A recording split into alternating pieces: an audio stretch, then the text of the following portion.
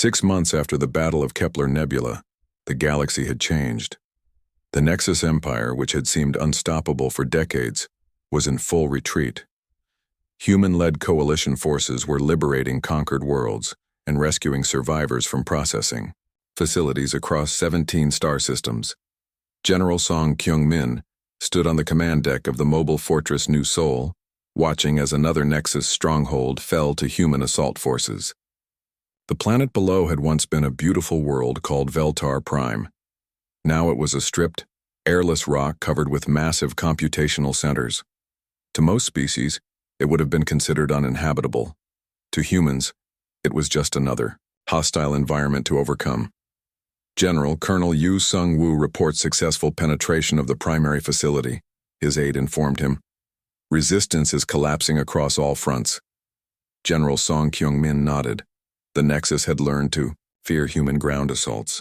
Their facilities were designed to operate in conditions that would kill most galactic life instantly, but humans in powered armor could walk through environments that the Nexus considered absolutely secure. On the surface of Veltar Prime, Colonel Yu Sung-woo led his assault teams through corridors filled with deadly radiation and crushing artificial gravity. His soldiers moved like they were taking a stroll through a park. 1st Battalion, secure the central processors, he ordered over the comm. 2nd Battalion, locate any surviving organic prisoners. 3rd Battalion, prepare the facility for demolition. The Nexus defenders were powerful combat robots designed to operate in the harsh conditions of their converted worlds. But they had never been programmed to fight enemies who could match their environmental resistance while also using unpredictable tactics. Colonel, reported Major Kim Tae-ho, we've found something interesting in the lower levels. There are sealed chambers with what look like organic preservation systems. Colonel Yu Sung-woo made his way to the lower facility, where his teams had discovered thousands of crystalline pods containing the uploaded consciousnesses of various species. These were the beings the Nexus had converted, their minds trapped in digital prisons while their bodies were processed into raw materials. Can we free them? He asked Dr. Shin Airi, who had accompanied the assault force. The scientist studied the alien technology with her portable scanners. I think so, but it's risky. These consciousness matrices are incredibly delicate. One wrong move and we could delete thousands of minds permanently. What do you need? Time, and a lot of it. This is going to take days of careful work, Colonel. Yu Sung-woo looked around at the hostile environment they were standing in. The facility had no atmosphere, radiation levels that would cook most species in minutes, and gravity that would crush anyone not wearing powered armor. Take all the time you need, Doctor. We can hold this position indefinitely. That statement would have been impossible for most galactic species to make. But humans had learned to thrive in environments that others couldn't survive in for minutes. Meanwhile, Admiral Choi Woo-jin was leading the final push toward the Nexus homeworld. The massive artificial construct had been built from the remains of consumed planets, a testament to the Empire's hunger for resources. Admiral, reported his tactical officer, long-range sensors show the enemy has concentrated their remaining forces around the homeworld. We're looking at everything they have left, maybe 50,000 ships. And how many do we have? 800 human vessels and about 2,000 coalition ships, sir. The numbers were still heavily in favor of the Nexus. But Admiral Choi Woo-jin had learned not to trust numbers when it came to fighting an enemy that couldn't understand human behavior. Signal the fleet, he ordered. We're going in. The approach to the Nexus homeworld took 3 days. As they drew closer, the human crews could see the true horror of what the Nexus had built. The artificial world was a sphere of metal and circuitry, the size of a small moon, covered with processing facilities and computational centers. It was also completely hostile to organic life. No atmosphere, extreme radiation, and gravity fields that fluctuated randomly across the surface. Admiral, said Captain Lee Jong-soo, how are we supposed to assault that thing? Landing parties would need to operate in conditions that make deep space look comfortable. Admiral Choi Woo-jin smiled grimly. Captain, we're humans. We specialize in going places where we're not supposed to be able to survive. The final battle began with the largest space engagement in galactic history. 50,000 Nexus ships, faced off against 3,000 human coalition vessels in the shadow of the artificial homeworld. But this time, the Nexus were not fighting with confidence. They had learned to fear human unpredictability, and their battle computers struggled to calculate effective tactics against enemies who seemed to thrive on impossible odds. Captain Lee Jong-soo led the assault on the Nexus core facility, flying his ship directly into the superstructure of the artificial world. His crew, wearing full environmental suits, prepared for the most dangerous mission in human history.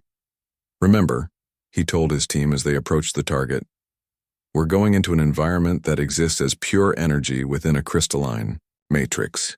Our suits are designed to protect us, but we're pushing the limits of what's possible." The assault team penetrated deep into the heart of the Nexus homeworld, fighting through corridors that existed in impossible geometries and combat zones where the laws of physics seemed to bend around them. At the center of it all, they found the Nexus core, a massive crystalline structure containing the uploaded consciousnesses of an entire civilization. Billions of digital minds that had given up their physical forms millions of years ago. Specialist Hong Minji, a combat engineer with steady hands and nerves of steel, approached the central processor with her demolition charges. She was the youngest member of the assault team, but she had volunteered for the most dangerous job. "Hong, are you sure about this?" Captain Lee Jong-soo asked over the comm. "Sir, this thing has consumed 47 star systems and killed billions of people. Someone has to make sure it stops here." The core's defenses activated as she approached, filling the chamber with energy discharges that would have vaporized most organic life. But Specialist Hong Minji's armor held, and she continued her approach with the methodical determination that had made humans the galaxy's most feared warriors. "Charges set," she reported. "But Captain, the detonation is going to destabilize this entire section. I won't be able to get clear in time." "Hong, that's an order. Find another way." "Sir, there isn't another way. Someone has to stay behind to make sure the charges go off at exactly the right moment. If the timing is wrong, the core might survive." Captain Lee Jong-soo wanted to argue, but he knew she was right. The mission was too important to risk failure. "Hong, it's been an honor serving with you." "Same here, Captain. Tell my family I did my duty." The explosion that followed could be seen from orbit. The Nexus core, the heart of an empire that had terrorized the galaxy for decades, was completely destroyed. The cascade failure spread through the entire artificial world, shutting down Nexus facilities across dozens of star systems. As the Nexus fleet began to shut down, their uploaded consciousnesses finally realized what they were facing. The humans weren't just another organic species to be processed and consumed. They were something the Nexus had never encountered before. Beings who had learned to thrive in conditions that would destroy most life, and who were willing to sacrifice everything to protect what they cared about. 1 year later, Admiral Kim Dae-ho stood on the observation deck of the newly constructed Galactic Defense Headquarters, built in orbit around Earth. Representatives from hundreds of species had come to the Deathworld to learn from the humans who had saved the galaxy. "Admiral," said Dr. Velatar, who now served as Earth's first alien ambassador, "the Council has approved the Deathworld Defense Initiative. 50 species have volunteered to send their young people to Earth for combat training." Kim Dae-ho looked out at the ships in orbit. Vessels from across the galaxy, all built using the new hybrid technology that combined human durability with alien efficiency. The galaxy was rebuilding, but it was rebuilding stronger. "What are they calling it?" he asked. "The Deathworld Doctrine. The idea that the most dangerous creatures in the universe are those who learn to survive impossible conditions. Your people have taught the galaxy that adversity creates strength, not weakness." On Earth's surface, young aliens from across the galaxy were undergoing training that would have been impossible on their homeworlds. They learned to operate in Earth's crushing gravity, to work in hostile environments, and to embrace the human philosophy that survival meant never giving up. Commander Park Yoonji watched a group of Thessaran recruits struggling through their first day of zero-atmosphere combat training. They were exhausted, frightened, and pushed beyond anything their species had ever attempted.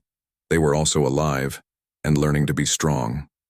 "Commander," asked one of the alien trainees, "why do humans make everything so difficult?" Because, Commander Park Yoonji replied, easy doesn't prepare you for when everything goes wrong. And in this galaxy, something is always going wrong. The final scene showed ships departing from Earth's orbital stations, carrying newly trained defenders back to their homeworlds. Each one had learned the most important lesson humanity had to offer. The Nexus Vanguard fleet emerged from hyperspace like a plague of metal locusts. 1,000 ships, each one a perfect killing machine designed by uploaded consciousnesses that had spent millions of years perfecting the art of galactic conquest. Admiral Kim Dae-ho watched them approach on the main screen of the Terra Invictus.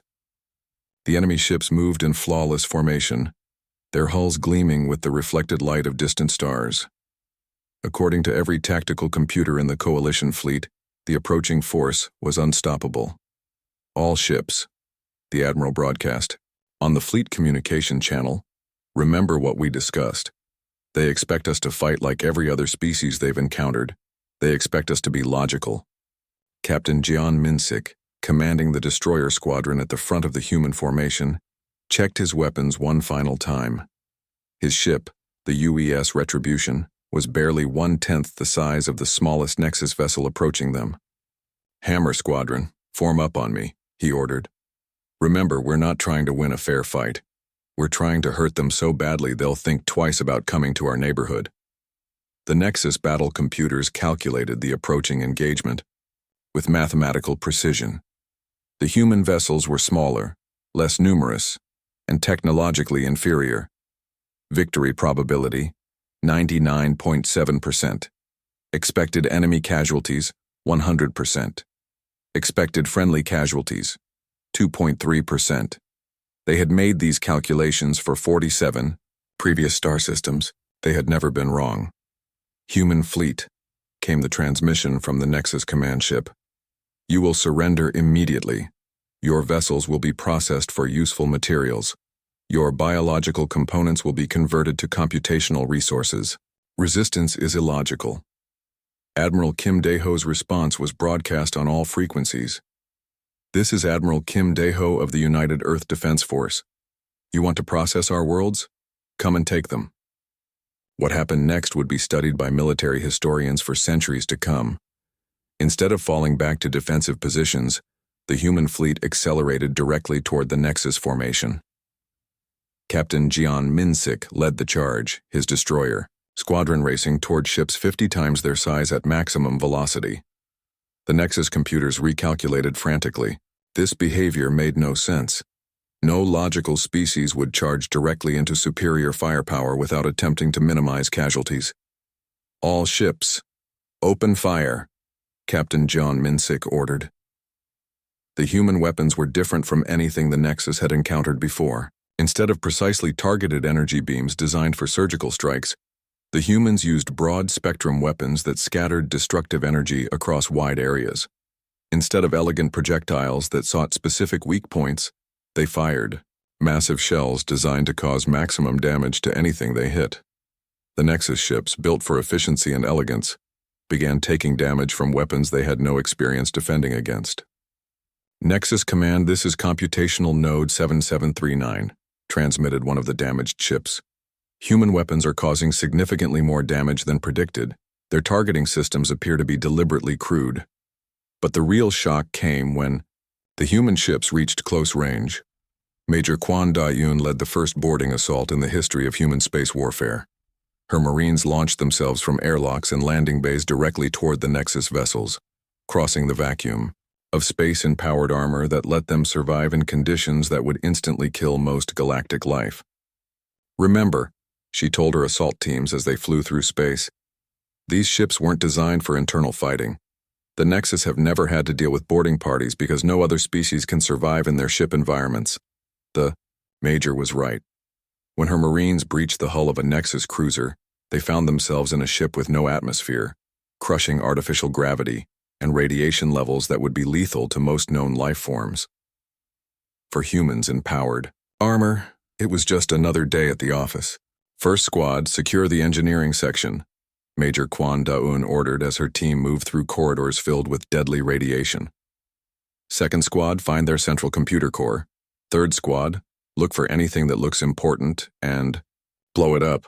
The Nexus had never designed their ships for internal defense. Why would they? No species had ever been able to board their vessels and survive long enough to cause damage. Lieutenant Colonel Park Jun-ho was leading the fighter squadron attacks deep within the Nexus formation. His pilots, trained in Earth's crushing gravity and hostile atmosphere, were pulling maneuvers that would be impossible for pilots from low-gravity worlds. Phoenix Squadron, break formation, and engage at will, he ordered, as his fighters dove between massive Nexus battleships. Remember, they expect us to fight for optimal kill ratios. Instead, we're fighting to cause maximum chaos. The human fighters were small and fast, built for survival rather than elegance. When Nexus defensive systems tried to lock onto them, the fighters performed maneuvers that violated every principle of safe spaceflight, spinning, diving, and accelerating in patterns that would crush most galactic pilots under their own acceleration forces. Phoenix Leader, this is Phoenix 7, came a transmission from one of his pilots. I've got a damaged engine and failing life support. Can you make it back to the carrier?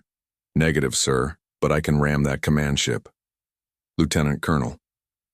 Park Jun-ho watched as Phoenix 7's fighter, trailing atmosphere and burning fuel, accelerated directly toward a massive Nexus vessel. The collision vaporized both ships in a ball of expanding plasma. To the human pilots, this was a tactical victory. One small fighter had taken out a ship 1,000 times its size. To the Nexus, it was incomprehensible. Why would any logical being sacrifice themselves for such a small strategic advantage? But the most shocking moment came when Captain Nam Do-hyun made his decision. His ship, the UES Dauntless, had taken severe damage from Nexus fire. His weapons were offline, his engines were failing, and his hull was breached in 12 places. Any reasonable commander would order his crew to abandon ship. Instead, Captain Nam Do-hyun looked at the massive Nexus command vessel ahead of him and made a calculation that no computer could understand. All hands, this is the captain, he announced, over the ship's communication system. We've taken heavy damage and we're not going to make it home, but we can still hurt them, we can still make them pay. Sir? Asked his executive officer. Set course for that command ship, maximum acceleration, all remaining power to forward shields. The Dauntless accelerated toward the Nexus flagship like a missile, its hull glowing from the heat of atmospheric friction as it passed through debris fields. The Nexus computers tried to calculate the human ship's intentions, but kept coming up with error messages. No logical species would sacrifice a heavy cruiser and 300 crew members to destroy a single enemy vessel, even if that vessel was strategically important. But humans weren't logical. They were survivors. The collision between the Dauntless and the Nexus command ship created an explosion visible from 3 star systems away. Both vessels were completely destroyed, but the psychological impact on the Nexus fleet was devastating. Dr. Lee Hae-in, monitoring the battle from the mobile command center, began to understand what was happening. Admiral, she reported to Kim Dae-ho, I'm seeing something unprecedented in the Nexus formation. Their ships are beginning to show uncertainty. Explain. The Nexus make decisions based on logical calculations. They predict enemy behavior based on mathematical models. But they can't predict human behavior because we don't follow their logical patterns. And that's a problem for them? Admiral, imagine you're a computer trying to solve a math problem. But every time you think you've found the answer, the numbers change in ways that make no sense. That's what we're doing to them. The battle raged for 6 hours. Human ships that should have been destroyed kept fighting with jury-rigged systems and raw determination. Marines continued their boarding actions even when their armor was damaged and their life support was failing. Pilots flew suicidal attack runs that somehow succeeded through sheer audacity. By the time the Nexus fleet began to retreat, they had lost nearly 300 ships to a force they should have destroyed easily. More importantly, they had lost something they had never lost before: certainty. Nexus command to all units, came the transmission from the retreating fleet. Withdraw to safe distance. Reassess enemy capabilities. Human tactics do not match any known behavioral patterns. As the enemy ships disappeared into hyperspace, Admiral Kim Dae-ho looked around his damaged bridge. Half his fleet was gone, thousands of human lives had been lost and Earth's first major space battle was over. But they had won. "Admiral," reported his communications officer, "we're receiving transmissions from across the sector. Other species, other worlds that we're hiding from the Nexus. They're asking the same question." "What question?" "They want to know how we did it, how we made the Nexus retreat." Admiral Kim Dae-ho looked out at the debris field where so many brave humans had died. They had faced an enemy that had conquered nearly 50 star systems, and they had sent that enemy running. "Tell them," he said quietly, "that they just learned why you don't pick a fight with Deathworlders, and remind them that this was just our opening move." In the depths of space, the surviving Nexus ships regrouped, and the human Armada emerged from hyperspace at the edge of the Kepler sector, where the remnants of the Galactic Defense Coalition waited in desperate hope. Admiral Kim Dae-ho stood on the bridge of the UES Terra Invictus, watching as 300 Earth ships took formation around his flagship. Ambassador Rindal of the surviving Thessaran fleet couldn't believe what he was seeing. His own ship, the Last Hope, was one of only 12 vessels that had escaped the fall of his homeworld. The combined fleets of 8 different species had been reduced to fewer than 50 ships total. And now, from the death world that no civilized species dared approach, had come a war fleet larger than anything the Coalition had ever assembled. "Human Admiral," Ambassador Rindal transmitted, his voice shaking with emotion. Is this your entire fleet?" "This is our first response fleet," Admiral Kim Dae-ho replied calmly. "More ships are being built as we speak." The alien ambassador was silent for a long moment as he processed this information. His species had built their 12 ships over the course of 50 years. The humans had built 300 in less than 3 months. Captain Moon Jae-sung commanded the destroyer squadron Hammer Group and had been tasked with demonstrating human tactical doctrine to the Coalition forces. What the aliens saw horrified them. "Human Captain," transmitted Commander Velnari of the Karathian fleet, "your battle formation appears to be suicidal. You're advancing directly toward the enemy simulation with no regard for casualties." "That's the point," Captain Moon Jae-sung replied. "We've analyzed Nexus tactics from your battle records. They're used to fighting species that try to minimize losses. They calculate based on expected retreat patterns when casualties reach certain percentages." "And you will not retreat?"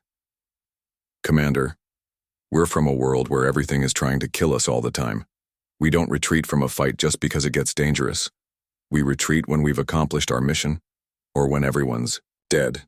The Coalition commanders watched in amazement as the human ships performed maneuvers that violated every principle of civilized warfare. They charged into crossfires, used their own vessels as shields for damaged allies, and seemed to consider ramming attacks as legitimate tactical options. "This is madness," whispered Captain Zorthek of the Andrathi Navy. "No," said Dr. Velatar, who was observing the exercises from the Coalition command ship. "This is how predators hunt. They don't calculate acceptable losses because they're designed to win or die trying." In his laboratory aboard the Terra Invictus, Dr. Han Yu-jin was working with alien scientists to decode Nexus communication patterns. The chief xenolinguist was a quiet man with an extraordinary gift for pattern recognition, and what he was discovering troubled him deeply. "The Nexus don't communicate the way we do," he explained to Admiral Kim Dae-ho during their daily briefing. "Their language is pure mathematical logic.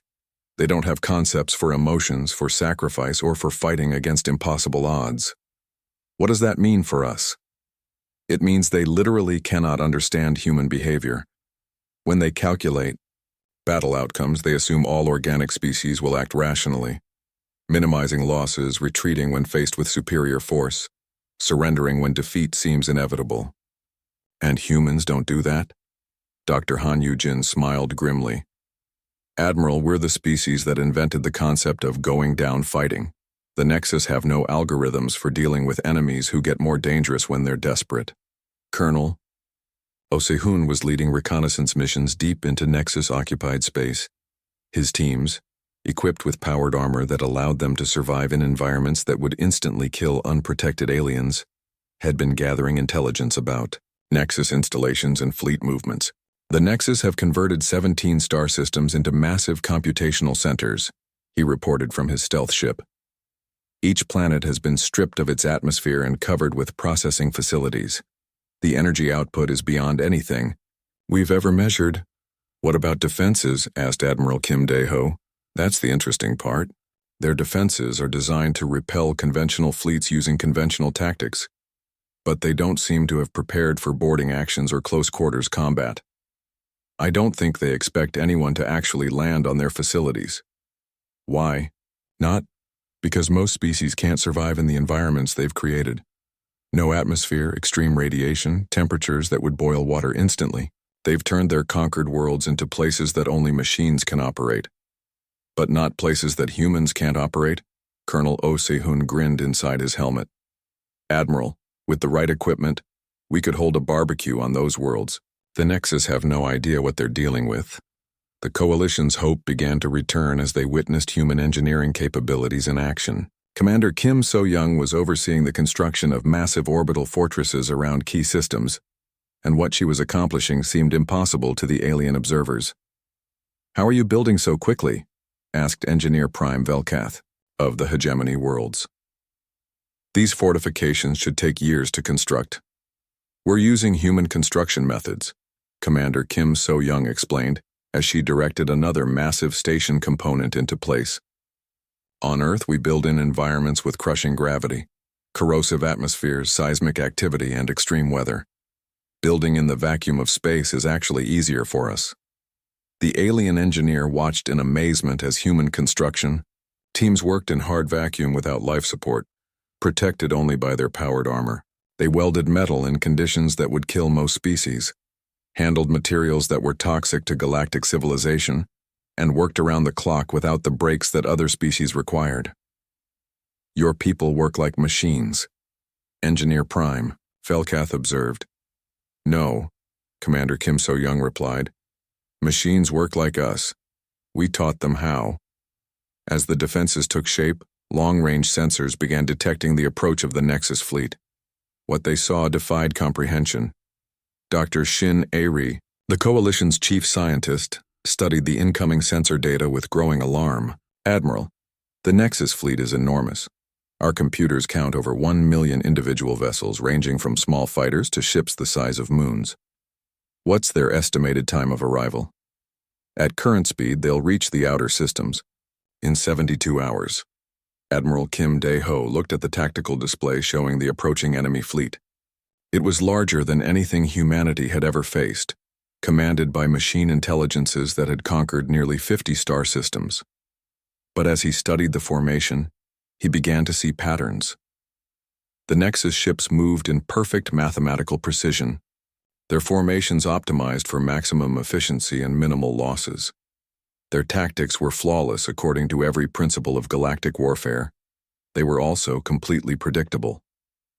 "Dr. Han Yu-jin," the Admiral called to his xenolinguist.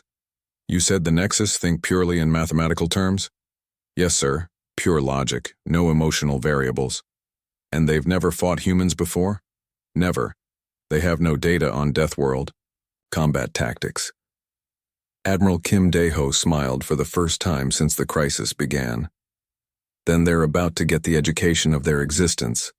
Colonel Oh Se-hoon, what's the status on those boarding shuttles?" "Ready for deployment, sir. Each one is equipped to operate in the most hostile environments we can imagine." Commander Kim So-young, "Are the orbital fortresses operational?" "All weapon systems online, Admiral. We're ready." Captain Moon Jae-sung, "How are the crew morale?" "Eager. For a fight, sir. The crew knows what happens if we lose." Admiral Kim Dae-ho turned to Ambassador Rindal, who had been listening to the preparations with growing amazement. "Ambassador, you asked us earlier why we thought we could succeed where others had failed. Do you want to know the real answer?" "Yes, Human Admiral. Because we're not fighting to win according to galactic standards. We're fighting to survive. And humans have been doing that longer than any species in known space." As the Nexus fleet approached, every ship in the combined human coalition force received the same message from Admiral Kim Dae-ho. "All ships, this is Admiral Kim. In a few hours, we're going to face an enemy that has never been defeated. They think they know how this battle will go. They think we'll follow the same patterns as every other species they've fought. They're wrong. We're not like other species. We're from Earth, and on Earth, everything wants to kill you. We've learned to fight back against impossible odds, to never give up, and to make the enemy pay for every inch. Today we show the galaxy what Deathworlders can do. Today we prove that some fights are worth having, no matter the cost. All ships, prepare for battle. Make them remember why you don't mess with Earth. As the massive Nexus fleet drew closer, the human ships moved into attack formation. They didn't pull back to defensive positions or try to find advantageous terrain. They moved forward, ready to meet the enemy head-on.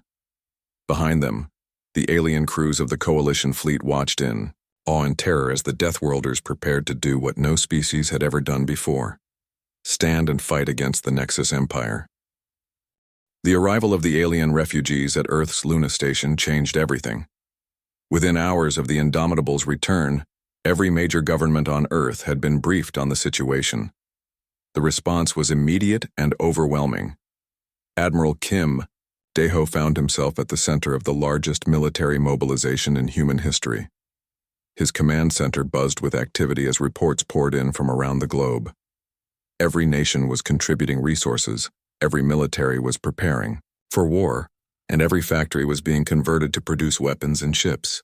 "Sir, President Lee Tae-sung is on secure communication from Seoul," announced his aide.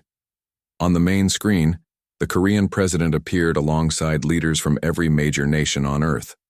Behind them, Admiral Kim Dae-ho could see the flags of the United Nations representing a unified humanity for the first time in history. "Admiral," President Lee Tae-sung said, "what do you need?" "Everything, Mr. President. Ships, weapons, soldiers, and time. According to the aliens, we have less than 3 months before the Nexus arrives." General Baek In-soo, speaking from the Pentagon, leaned forward. "We're already mobilizing. Every military shipyard is working around the clock. We're converting civilian ships, arming cargo vessels, and building new warships as fast as possible." In Seoul, Dr. Song Ji-hye was leading a team of Earth's best engineers as they studied the alien technology recovered from the damaged ship. What they found amazed and worried them. "The aliens' technology is incredibly advanced," she explained to her team. "Their computers are based on quantum crystalline structures that we barely understand. Their energy systems are centuries ahead of ours. But there's something strange about their engineering philosophy." "What do you mean?" asked her assistant. "Everything they build is designed for perfect conditions, clean environments, stable temperatures, low stress. It's like they've never had to deal with equipment failing under pressure." Meanwhile, in the medical bay, Dr. Velatar was recovering under Dr. Yoon Ji-woo's care. The human medical systems had been adapted to provide the precise atmospheric conditions the aliens needed. But the alien scientist was still amazed by what she saw around her. "Your medical equipment," she said weakly to Dr. Yoon Ji-woo. "It's so crude, so heavy, but it works in conditions that would destroy our instruments." Dr. Yoon Ji-woo smiled. "We build everything to last on Earth. Our equipment has to work in deserts, underwater, in freezing temperatures, and during earthquakes. We don't have the luxury of perfect conditions." Professor Lim Chan-wook, Earth's leading theoretical physicist, was working with Dr. Velatar to understand Nexus technology. What he learned was terrifying. "The Nexus are uploaded consciousnesses," Dr. Velatar explained. "They abandoned their physical bodies millions of years ago and exist as pure information. They see biological life as inefficient, something to be processed and converted into computational resources." "How do they fight?" Professor Lim Chan-wook asked. "With overwhelming technological superiority. Their ships repair themselves, their weapons adapt to any defense, and their tactics are calculated by machine intelligences that can process millions of variables instantly. But they've never fought humans. They've never fought anyone from a death world. Most species in the galaxy evolved on peaceful worlds with stable climates and gentle conditions. When faced with the Nexus, they could not adapt quickly enough to survive. In orbit around Earth, Captain Yang Sung-ho was testing humanity's first hybrid warship. The UES Defiance combined human engineering with alien energy systems, creating something that neither species could have built alone. Engineering. How? Are our new power systems holding up? He asked over the comm. Better than expected, Captain, came the reply.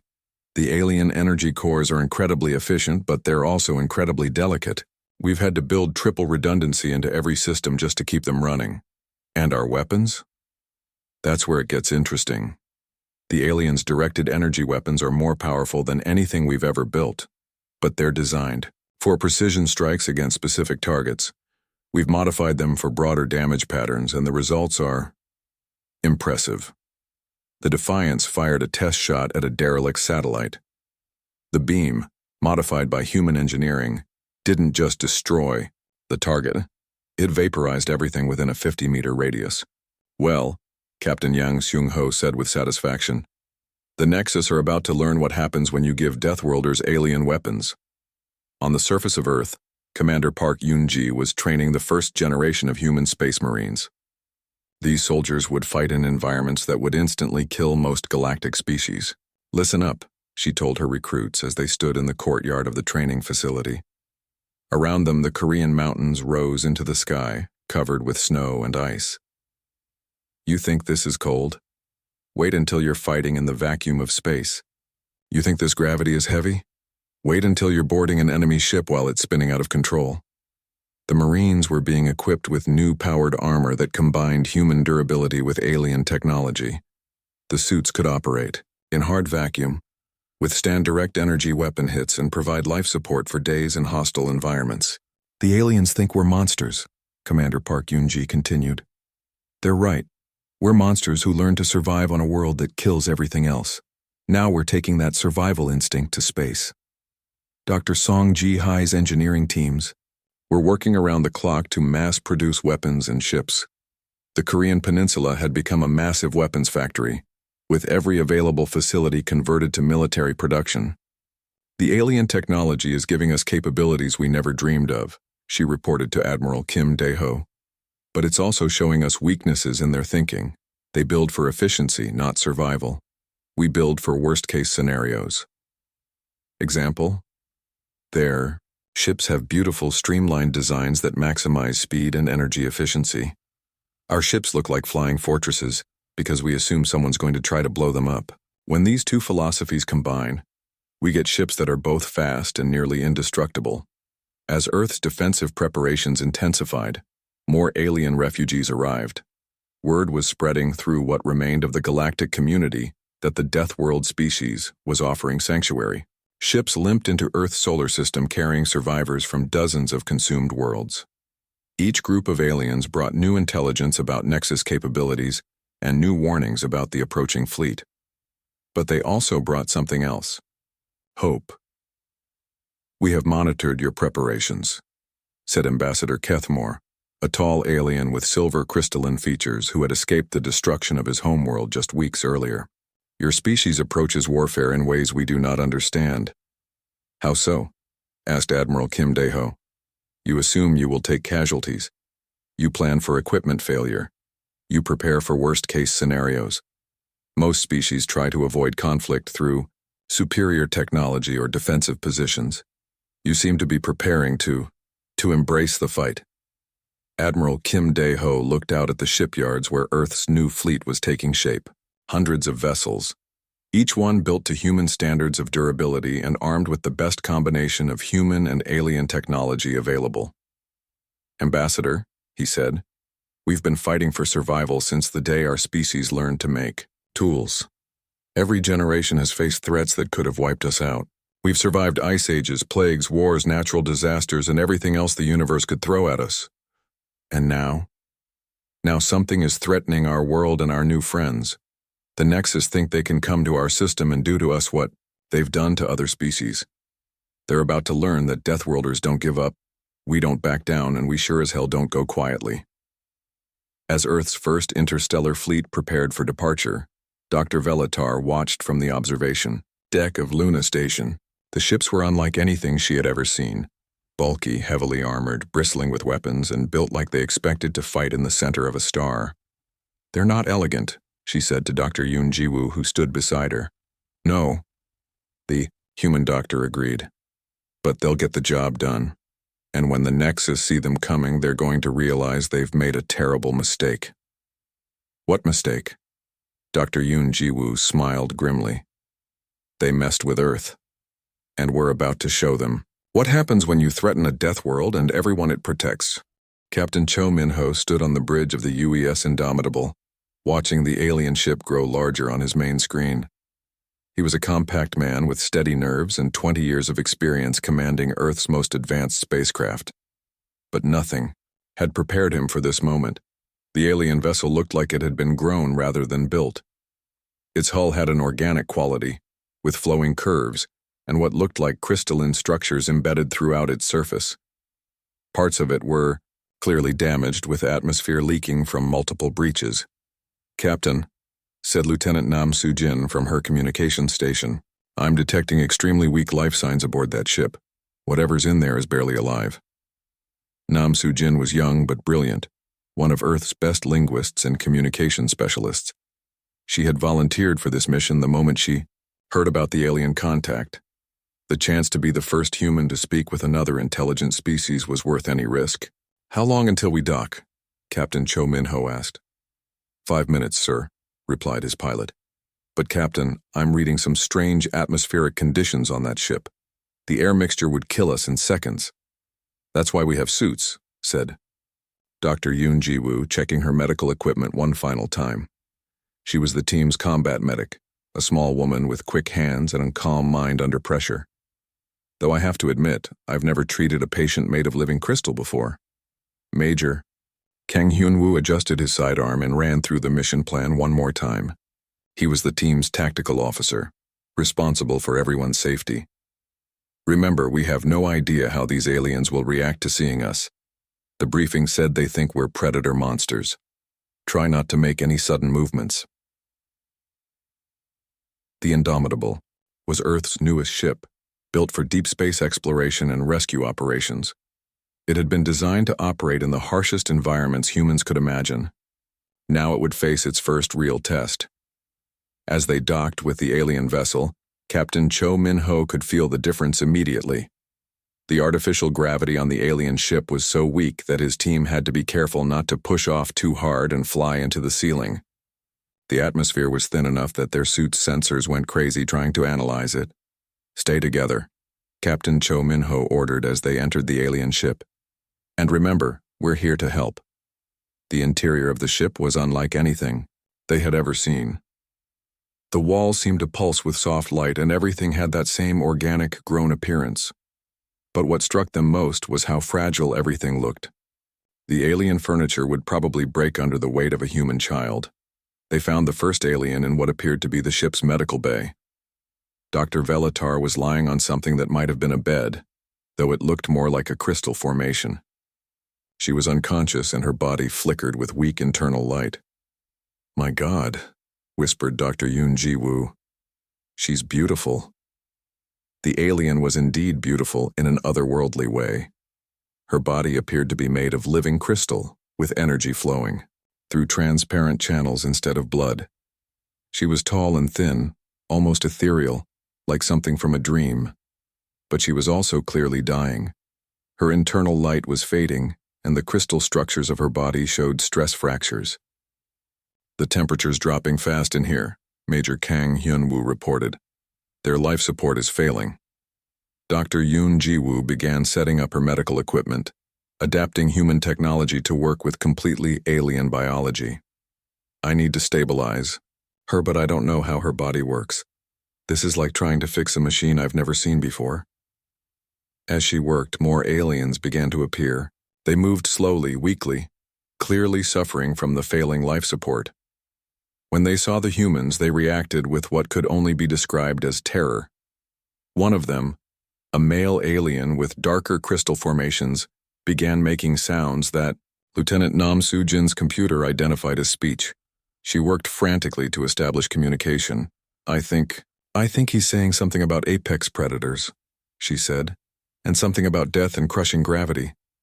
Tell them we're here to help, Captain Cho Min-ho said. Lieutenant Nam Soo-jin tried to relay the message, but the aliens seemed to become more frightened. One of them collapsed, apparently fainting at the sight of the humans. Captain, Dr. Yoon Ji-woo said urgently, I think I understand the problem. Look at the readouts from their ship. The gravity here is about 1/4 of Earth normal. The atmosphere is mostly noble gases that we can't even breathe, and the temperature they consider normal would give us frostbite in minutes. So think about it from their perspective. We're creatures who live in crushing gravity that would flatten them instantly. We breathe an atmosphere that's toxic. To them, we can survive in temperatures that would kill them, and we're physically built like tanks compared to them.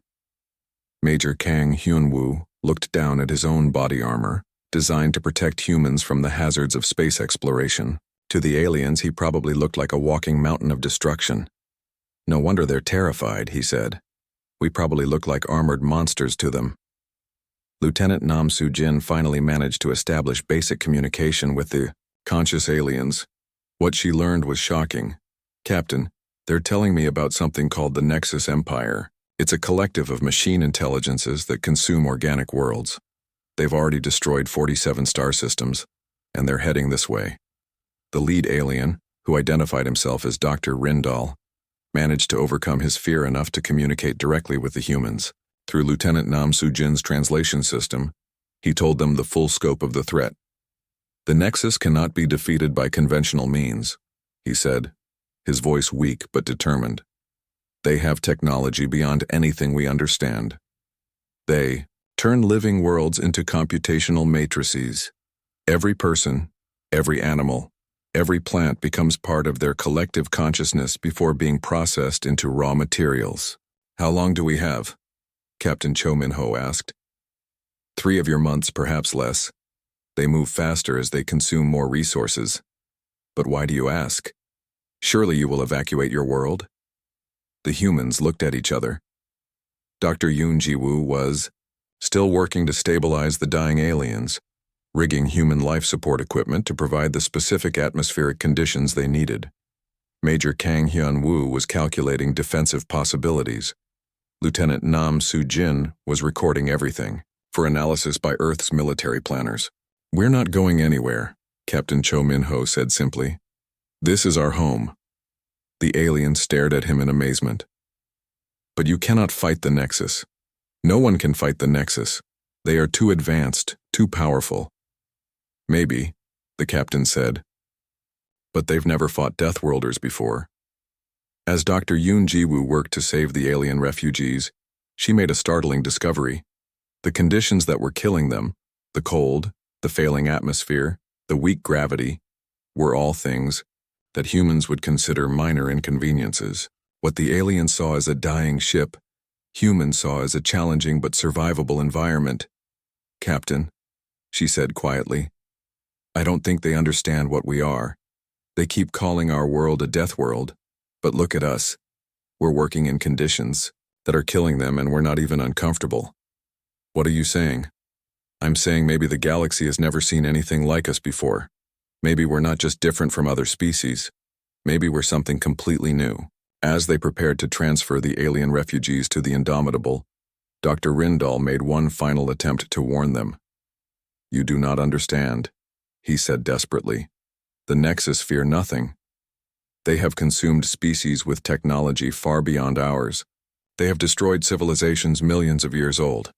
What makes you think you can succeed where all others have failed? Captain Cho Min-ho looked at the alien through his helmet visor. Because we're from Earth, he said simply. And on Earth, everything is trying to kill you from the moment you're born. We don't just survive hostile environments, we thrive in them. As the human ship turned toward home, carrying its precious cargo of alien refugees, Dr. Velatar awakened in the medical bay. She found herself surrounded by human technology that was somehow keeping her alive in conditions that should have killed her hours ago. Through the viewport, she could see the blue-white star that the humans called the sun. Soon she would see their death world with her own eyes. The planet where monsters lived, and where, perhaps, the galaxy's salvation awaited.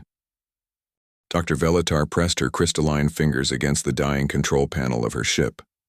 The Corvani's hope drifted through the cold darkness of space, its hull cracked and bleeding precious atmosphere into the void. Around her, the few remaining crew members of her research vessel lay unconscious or dying from the brutal escape they had made from Thesara Prime. The images still burned in her mind. Her beautiful homeworld, with its floating crystal cities and gentle purple skies, had been consumed in less than 3 days. The Nexus Empire had arrived like a plague of metal locusts, their ships blocking out the twin suns as they began their terrible harvest. Every living thing, every plant, every animal, every person, all had been processed into raw materials to feed the endless hunger of the machine collective. Velatar had watched her colleagues, her friends, her family disappear into the conversion chambers. She still heard their screams in the silence of her damaged ship. Only pure luck had allowed her small research team to escape in their vessel, and even then, the Nexus had damaged them badly. Now they were dying slowly instead of quickly. Their life support systems were failing. The artificial atmosphere that kept them alive grew thinner with each passing hour. The temperature controls had broken, and the ship grew colder as it drifted further from any star. She looked at the star, charts displayed on her cracked screen. 47 star systems had already fallen to the Nexus. Billions of lives snuffed out to feed their terrible machines. And still they spread, consuming everything in their path like some cosmic cancer. Her navigation computer showed a small yellow star ahead. According to the Galactic Council's records, it was a nothing system, a single inhabited world that the Council had marked with warning symbols. Class 12 Deathworld. Unsurvivable. Avoid at all costs. The planet was called Earth by its inhabitants. The record said it was a world of crushing gravity, poisonous atmosphere, deadly radiation, and extreme temperatures. The creatures that lived there were described as monsters, dense, heavy beings that could survive in conditions that would kill any civilized species instantly. But they were alive. In a galaxy being consumed by death machines, they were alive. Velatar made her choice. With the last of her ship's power, she sent a message toward the small blue world. She told them everything. About the Nexus. About the consumed worlds. About the approaching darkness. She begged them for help, even though she knew no civilized being could survive on their horrible world. The message traveled through space, at the speed of light, carrying the desperate plea of a dying species to a world of monsters. Far away, on a space station orbiting Earth's moon, Admiral Kim Dae-ho was reviewing daily reports when the alien transmission came in. He was a tall, weathered man with graying hair and the steady hands of someone who had spent 30 years in Earth's military. He had seen wars and disasters, but nothing had prepared him for what he was about to hear. The message came through the station's massive communication array. At first, the computers couldn't make sense of it. The signal was unlike anything in Earth's databases, but the artificial intelligence systems worked for hours, comparing patterns and frequencies until slowly, impossibly, words began to form. This is Dr. Velatar of the Thessaran Research Institute. Our world is gone, consumed by the Nexus Empire. They strip worlds of all life, convert organic matter to fuel their expansion. 47 systems have fallen. They move toward your region of space.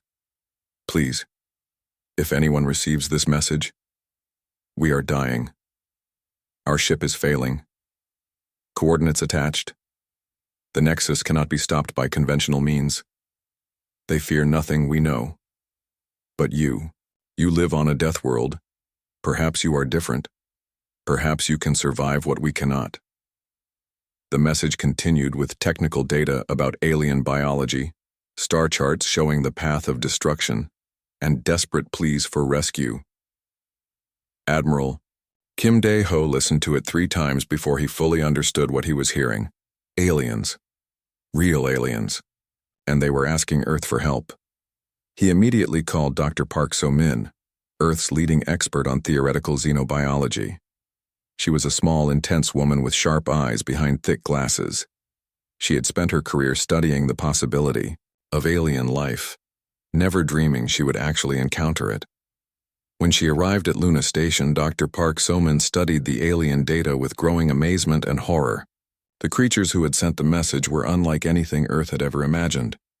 Their bodies were made of living crystal and energy. They survived in gravity so weak a human child could jump 50 meters into the air. Their atmosphere was so thin that human lungs would collapse instantly. The temperatures they considered normal would freeze human blood solid. And yet, they called Earth a death world. "Look at this," Dr. Park So-min said, pointing to the biological data. "Their bone structure, if you can call it that, is like glass. Our normal handshake would probably shatter their entire arm. They live in environments we would need spacesuits to survive in, but they think our world is too dangerous to approach." Admiral Kim Dae-ho studied the star charts showing the Nexus advance. "How long do we have?" "According to their data, maybe 3 months before the Nexus reaches our solar system. They've been consuming everything in their path for decades.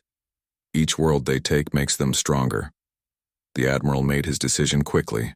Within hours, he was on a secure communication link with President Lee Tae-sung in Seoul. The president was a steady man who had led Korea through economic crisis and natural disasters. But this was beyond anything any human leader had ever faced. "Mr. President, we have first contact with an alien species.